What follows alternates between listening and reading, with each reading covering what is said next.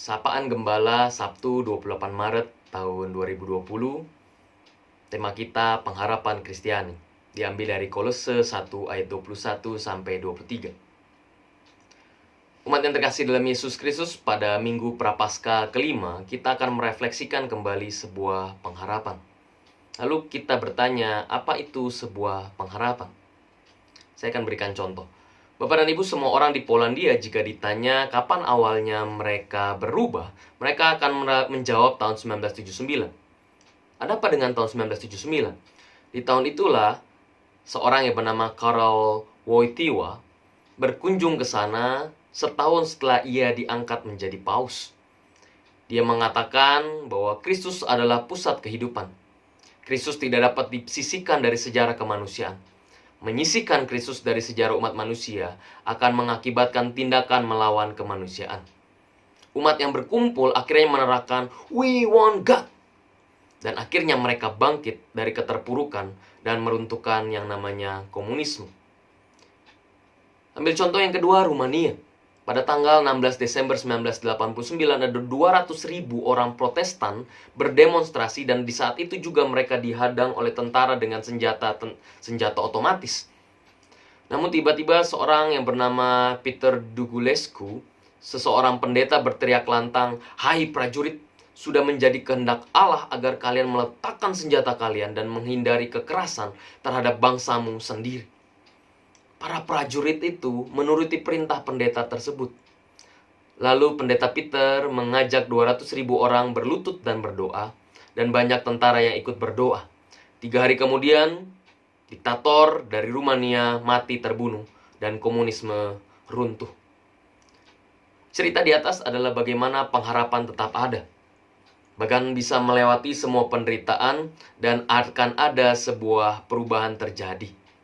Di dalam Kolose 1 ayat 21 sampai dengan yang ke-23 berisikan sebuah perubahan yang dulu kita jahat dan jauh dari Tuhan, namun terjadi sebuah perubahan di masa sekarang untuk meyakini bahwa akan ada sebuah pengharapan di masa depan.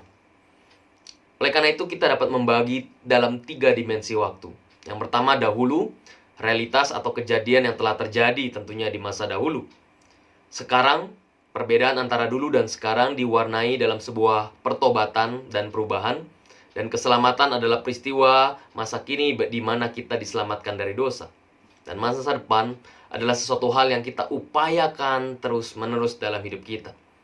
Umat yang terkasih dalam Yesus Kristus, ketika kita saat ini sedang berjalan menuju masa depan, maka ada sesuatu hal yang harus kita upayakan. Pertama, bertekun dalam iman, tetap teguh, dan tidak berguncang. Keselamatan memang merupakan anugerah, namun kita perlu merespon keselamatan itu dengan usaha yang lebih. Dan di sini tekankan bagaimana kita mempertahankan integritas dan identitas. Ada 3 segi integritas yang harus dipertahankan. Yang pertama, visi atau tujuan hidup.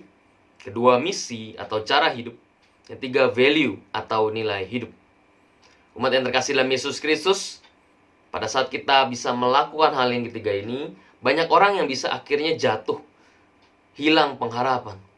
Mengapa? Karena banyak orang yang akhirnya nanti berkompromi dan rela hanyut dalam arus yang tidak jelas arahnya, hingga suatu saat kehilangan arah dan putus asa. Yang kedua, adakah pengharapan? Kolose menuliskan bahwa ada pengharapan di dalam Injil, yaitu kebangkitannya adalah jalan keluar dari kematian karena dosa kita. Sumber pengharapan adalah di dalam terang Kristus, yang membuat kita yakin bahwa akan ada keselamatan dalam kesukaran. Yang ketiga, Bapak dan Ibu, jangan mau digeser dari terang Kristus. Banyak hambatan, banyak percobaan, banyak godaan yang membuat kita tidak tertuju kepada Kristus. Ini dikarenakan karena ada yang namanya keputusasaan yang dibuat dari si jahat untuk menanamkan semua, sehingga si jahat itu menginginkan kita tidak tertuju kepada Kristus. Oleh karena itu, Bapak dan Ibu yang terkasih dalam Yesus Kristus, kita harus tetap berpengharapan di dalam Kristus, karena itu adalah penangkal utama dalam sebuah keputusasaan.